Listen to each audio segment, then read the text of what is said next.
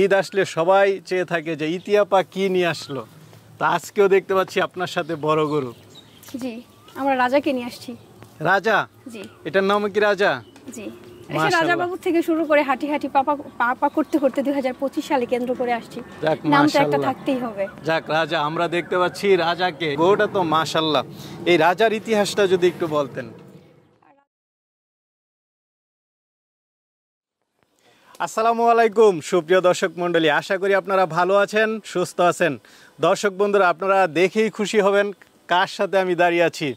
যিনি বাংলাদেশে যত বড় গরু আছে সর্বপ্রথম যিনি নিয়ে এসেছিলেন, আর কুরবানি ঈদ আসলেই আমরা যাকে খুঁজে থাকি আমাদের সেই ইতিয়াপা 2025 সালেও দেখতে পাচ্ছি বড় গরুর সাথে ইতিয়াপা। তো আজকে আমরা সেই ইতিয়াপার সাথে কথা বলবো। আসসালামু আলাইকুম। ওয়ালাইকুম আসসালাম। কেমন আছেন? আলহামদুলিল্লাহ, আপনি? এই তো আলহামদুলিল্লাহ ভালো আছি। তো ইতিয়াপা, ঈদ আসলে সবাই চেয়ে থাকে যে ইতিয়াপা কি নিয়ে আসলো। তো আজকেও দেখতে পাচ্ছি আপনার সাথে বড় গরু। জি, আমরা রাজাকে নিয়ে আসছি। রাজা? জি। এটার নাম কি রাজা? জি। এসে রাজা বাবু থেকে শুরু করে হাঁটি হাঁটি পাপা করতে করতে 2025 সালে কেন্দ্র করে আসছি। নাম তো একটা থাকতেই হবে। যাক, রাজা আমরা দেখতে পাচ্ছি রাজাকে। এটা হচ্ছে ইতিয়াপার 2025 সালের রাজা। মাশাআল্লাহ। দর্শক বন্ধুরা একটু দেখেন, আসলে আমরা একটু হয়তো সামনেছি এই জন্য হয়তো ভালোভাবে দেখা যাচ্ছে না, কিন্তু গরুটা তো মাশাআল্লাহ। এই রাজার ইতিহাসটা যদি একটু বলতেন। আর রাজাটা হচ্ছে আমাদের খামার থেকে বেড়ে ওঠা আমার মতো আরেকটি নারী উদ্যোক্তা। আমারই একটা আপু, আমার বড় আপু, তার হাত ধরেই সে একজন নারী উদ্যোক্তা। আমি আপুর চেয়ে বয়সে ছোট, কিন্তু দেখা গেছে যে এই সেক্টরে স্বপ্নকে অনেক বড় করে অনেক দূর পর্যন্ত নিয়ে যাওয়ার জন্য প্রতিটা সেকেন্ড প্রতিটা লক্ষ্যকে টার্গেট করে কাজ করি। তো সেই আমাকে দেখে আমার আরেকটি আপু একটি গরু লালন পালন করছেন। তারই খামার থেকে বেড়ে ওঠা, তারই গাভীর থেকে বেড়ে ওঠা একটা বাচ্চা, নামকরণ করা হয়েছে রাজা, যদিও নামটি আমারই রাখা। আচ্ছা আচ্ছা। তো সেটিকে নিয়ে আমরা 2025 সালে আপনাদের সামনে চলে আসছি। আচ্ছা, সবাই তো চেষ্টা করে যে বড় গরু পালন করলে চেষ্টা করে ইতিয়াপুর সাথে একটু কথা বলি, কি একটা নাম দেওয়া যায়, কিভাবে লালন পালন করা যায়। এটাও সেম, তার কোনো ব্যতিক্রম নয়। মাশাআল্লাহ। এই যে আপনি দেখছেন, কেমন মনে হলো? আপনি তো ওই বড় গরু নিয়ে অনেক কাজ করেছেন। না, আলহামদুলিল্লাহ, আমার কাছে সর্বপ্রথম অনেক ভালো লাগছে তার কিছু কিছু কারণ আমি যে আমার রাজাবাবুকে তৈরি করছিলাম, যে পায়ের একটা গেটআপ ছিল, দেখলে কিন্তু বোঝা যায় মাশাআল্লাহ, বললে ভুল হবে না। কারণ হচ্ছে দেখা যায় পাগুলা কিন্তু অনেক মোটা মোটা, আর বডিটি কিন্তু অনেক জায়গা, অনেক গরু থাকে পেটটাকে ওরকম ভাবে ছেড়ে দেয়। তারপরে দেখা যায় যে আপনার অনেকে আসছে যে ফিট খাইয়ে বিভিন্ন করে আপনার গরু লালন পালন করা হয়, দীর্ঘদিন সেটাকে লালন পালন করা হয় না, বা দেখা যায় অনেক সময় একটা সময় অ্যাক্সিডেন্ট ঘটে যায়। তো আল্লাহর রহমতে আমাদের এই খামারে যে দীর্ঘদিন ধরে আছে, এমন কোনো আমার প্রতিকূলতা আমাদের পড়তে হয়নি। একদম জিম করা মনে হচ্ছে না, ভালো। যেমন রাজাবাবুকে আমরা 2 বছর পালছি। আপনারা যদি আমাদের পূর্বের ইতিহাসটা একটু জানেন, 2016কে কেন্দ্র করে আমাদের লক্ষ্মী সোনা ছিল, 18তে রাজাবাবু ছিল, 22-এ ছিল যোদ্ধা, যুবরাজ, সিংহরাজ, এরকম করে কিন্তু পরপর আমাদের অনেক গরু ছিল।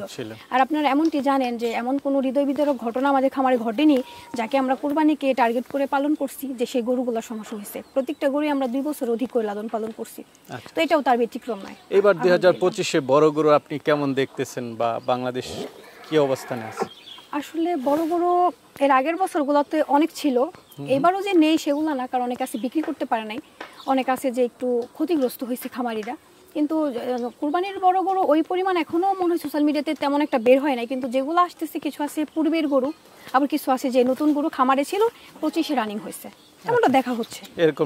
এরকম এবার বাজার কেমন যেতে পারে 2025-এ বড় গরুর বাজার? আসলে মার্কেটিংটা হচ্ছে নিজেকে দিয়ে, বা আমাদের বর্তমান মার্কেটের অবস্থা অনেক যে ভালো সেটাও না, যদিও গোখাদ্যের অনেক দাম, সেই তুলনায় কিন্তু আমরা ভালো একটা প্রফিট কিন্তু পাই না।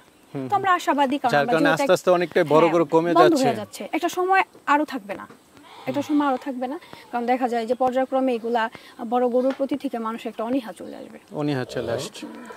এটা কি মনে করেন যে আপনার কি করা উচিত, সরকারের কি করা উচিত? বা সর্বপ্রথম আমি বলবো সরকারকে একটু এই বিষয়টাকে নজর দেওয়ার জন্য, কারণ বড় গরু হচ্ছে আমাদের একটা শখ বলেন, বড় গরু আমাদের একটা পেশা বলেন, এবং বড় গরুর থেকে কিন্তু আমরা দেখা যায় যে বাজারে মার্কেটিং যে মাংসের যে চাহিদাগুলো, এগুলো কিন্তু আমরা খুব অনায়াসে। সবচেয়ে বড় হচ্ছে যে শখ। আজকে যে গরুটাও দেখতে পাচ্ছি এটাও কিন্তু শখে পালন করা। আচ্ছা, এই গরুটা নিয়ে যদি একটু বলতেন, আপনার ধারণা যে এটা কেমন ওজন হতে পারে? যেহেতু বর্তমান কোনো ওজন করানো হয়নি, 1000 কেজি প্লাস। এটা 1000 প্লাস। KG plus. তাহলে আজকে আমরা বলতে পারি যে 2025 এর অন্যতম সেরা গরু রাজা 1000 প্লাস। 1000 প্লাস ইনশাআল্লাহ বলা যায়। বলা যায়। যেহেতু ওইভাবে স্কেল করা নাই, একটু এদিক সেদিক হতে পারে। আর অনেক সময় দেখা যাচ্ছে যে বড় গরুগুলো ভিডিওতে ওইভাবে বোঝা যায় না, কিন্তু এটা বাস্তবে আসলে সবচেয়ে মনে বেশি ভালো লাগবে। সবচেয়ে ভালো বাস্তবে আসলে বোঝা যাবে যে আসলে গরুটা অনেক বড়। কিন্তু এখানে আমি আরেকটি মেসেজ দিতে চাই। সবাই তো বলে যে ইতি আপু প্রত্যন্ত গ্রামে গরু উৎপাদন করে, এখান থেকে ঢাকা থেকে তাদের যাতায়াতটা খুবই কষ্ট হয়ে যায়, না হলে তাদেরকে চাঁদরাতে যেতে হয়, না হলে এমনিতে যেতে হয়। এজন্য এবার কিন্তু আমরা ঢাকাতে এটা নিয়ে আসছি। ঢাকাতে নিয়ে আসছেন? আমরা ঢাকাতে এটা নিয়ে আসছি, খুব সহজে গরুটি কাছে আপনারা পৌঁছাতে পারবেন। কারণ ঢাকার অন্যতম একটা জায়গা হচ্ছে কেরানীগঞ্জ, তাই না? এই কেরানীগঞ্জে কিন্তু খুব অনায়াসে আসতে পারবেন, আপনাদের খুব জঞ্জাট পোহাতে হবে না, গাড়ির যে রাস্তার যে ধুলাবালু জ্যাম এগুলো অবশ্যই সহ্য করতে হবে না, খুব অনায়াসে আসতে পারবেন। আর অবশ্যই ঠিকানাটা কিন্তু আমি দিয়ে দিব। আচ্ছা আচ্ছা, যাক, না এটা তো অবশ্যই আমরা একটা কন্টাক্ট করার জন্য একটা নাম্বারও দিয়ে দিব।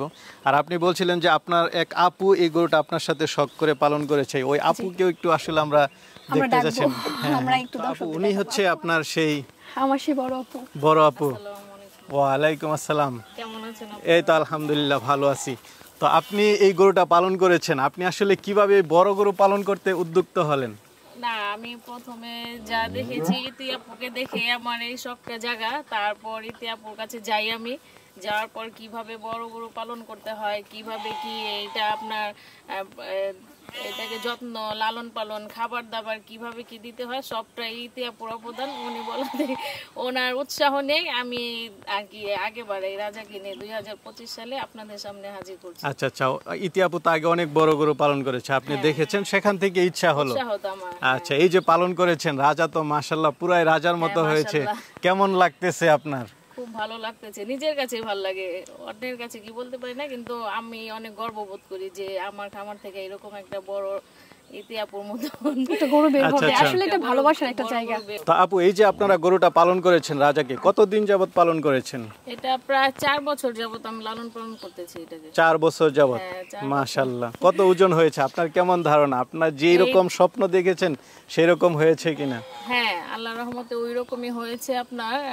এমনিতে এটার ওজন মাপা হয়নি, কিন্তু ইতি আপুও বলছে, তারপরে এরকম আরো আগে আমার আশেপাশে যারা আছে ওনারাও বলতেছে 1000 প্লাস।